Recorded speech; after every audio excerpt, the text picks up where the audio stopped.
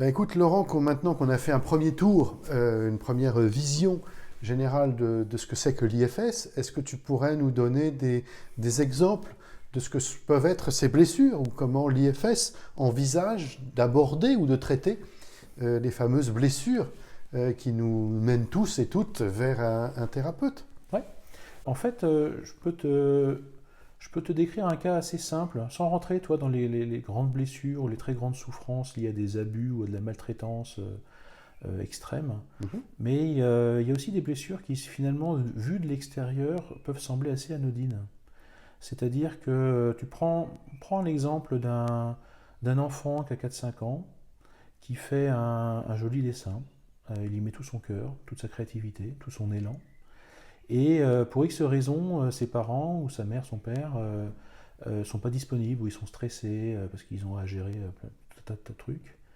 Et lorsqu'il monte son dessin, plutôt que d'être accueilli à la hauteur de son ouverture, toi, de son élan de cœur, le parent va l'envoyer balader ou lui dire mais t'as pas rangé ta chambre ou t'es pas allé te laver et juste on n'a rien à faire de son dessin. Mhm. Toi, vu de l'extérieur, c'est une situation très courante et très banale de la vie.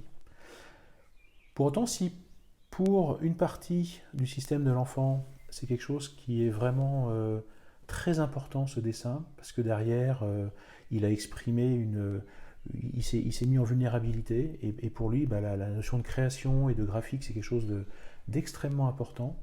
Alors, il est possible qu'à cet instant-là, à 4-5 ans, une part se blesse.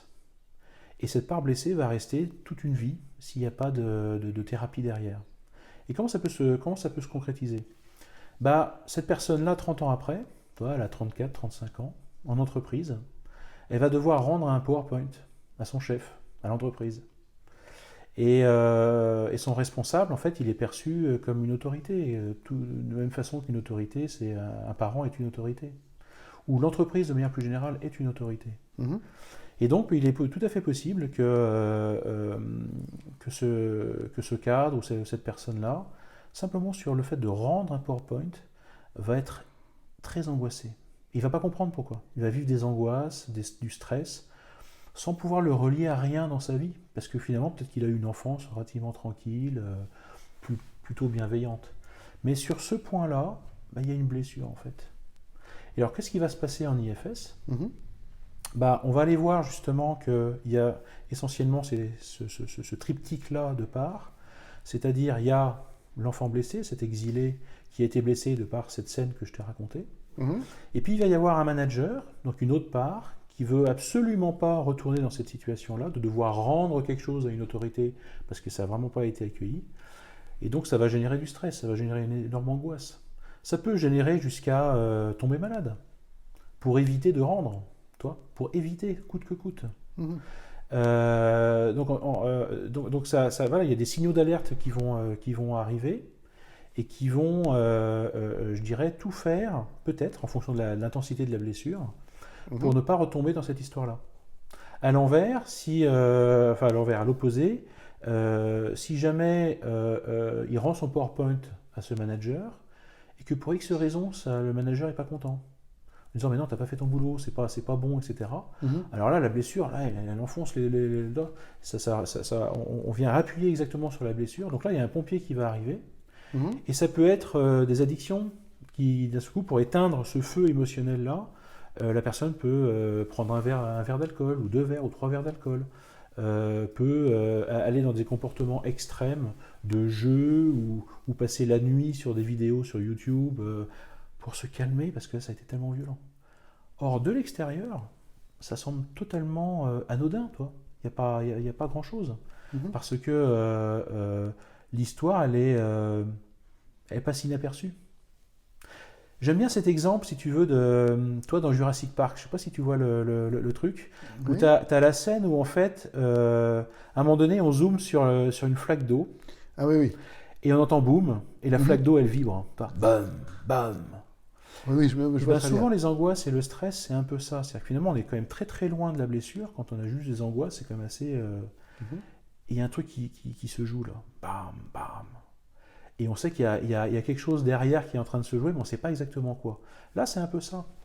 L'angoisse et le stress, c'est souvent quelque chose qui est à la fois très, très pénible et inconfortable à vivre, évidemment, en fonction de l'intensité, ça peut être extrême, mais surtout, c'est pas focalisé sur vraiment quelque chose. Et donc, avec l'IFS, ça va permettre de rentrer en relation avec les parties qui génèrent cette angoisse-là. Et on va aller à ce moment-là faire avec les protecteurs, on va aller voir l'enfant blessé, on va aller voir l'exilé, et on va lui demander si à un moment donné, on va le mettre en relation avec le self de la personne, et cet enfant blessé va décharger, entre guillemets, ses fardeaux, ses croyances. Là, dans notre exemple, le fait de ne pas avoir été accueilli, il va pouvoir décharger ça, retrouver sa créativité, retrouver ses ressources, retrouver son élan originel de produire des belles choses, etc. On va décharger le comportement extrême des protecteurs. Et ce qui est vraiment très beau, je trouve, avec l'IFS, c'est qu'après, dans la même situation, ça n'aura plus d'écho dans la personne. C'est pas qu'elle pourra faire avec, c'est pas simplement qu'elle va pouvoir, elle va retrouver un peu de ressources, elle dit ok, là je suis un peu angoissé, mais je peux passer outre. C'est qu'une fois qu'on aura vraiment été voir ses blessures et les libérer, dans la même situation, peut-être qu'il se rappellera, il aura le souvenir de, tiens, dans cette situation-là, normalement je suis angoissé, mais là il n'y aura plus du tout d'écho. La mare qui vibre dans Jurassic Park, il n'y a plus rien, c'est calme, c'est apaisé. En fait, j'apprends à m'approprier ou me réapproprier des blessures en les revivant, en les faisant remonter tranquillement en moi, mais en les analysant en réalité. Alors c'est pas simplement, l'analysant, ça c'est une part qui veut analyser. On n'a pas besoin de revivre les blessures pour pouvoir s'en libérer, et heureusement, parce qu'il y a des blessures que si on revit, on va à nouveau mourir, quoi. Donc ça serait pas cool. Non, c'est simplement, lâcher quelque chose. C'est qu'à un moment donné, on va voir cet exilé, cette part exilée, qui va lâcher sa croyance. La croyance, par exemple, là, c'est quand je fais quelque chose de beau, c'est mal accueilli, je me fais engueuler. C'est quand même une sacrée croyance, toi. Et bien là, en fait, il va pouvoir lâcher sa croyance pour retrouver, c'est pas simplement se libérer de quelque chose, c'est retrouver des ressources et des qualités. Là, dans l'exemple que je te prends, la personne va peut-être, il y a toujours des peut-être, il n'y a jamais de cas généraux évidemment, va pouvoir retrouver des qualités de créativité, des qualités d'inspiration, des qualités va pouvoir s'autoriser plein de choses. Donc c'est non seulement se libérer de fausses croyances qui sont limitantes, mais aussi retrouver de belles qualités qui va pouvoir, je dirais, retrouver un fonctionnement normal de cette part-là et donc de la personne. Oui, alors en fait, en t'écoutant, je pense à Bucéphale. Bucéphale, c'est le cheval d'Alexandre le Grand. Ouais. Et en fait, c'était un cheval que personne n'arrivait à dompter, à canaliser, à monter.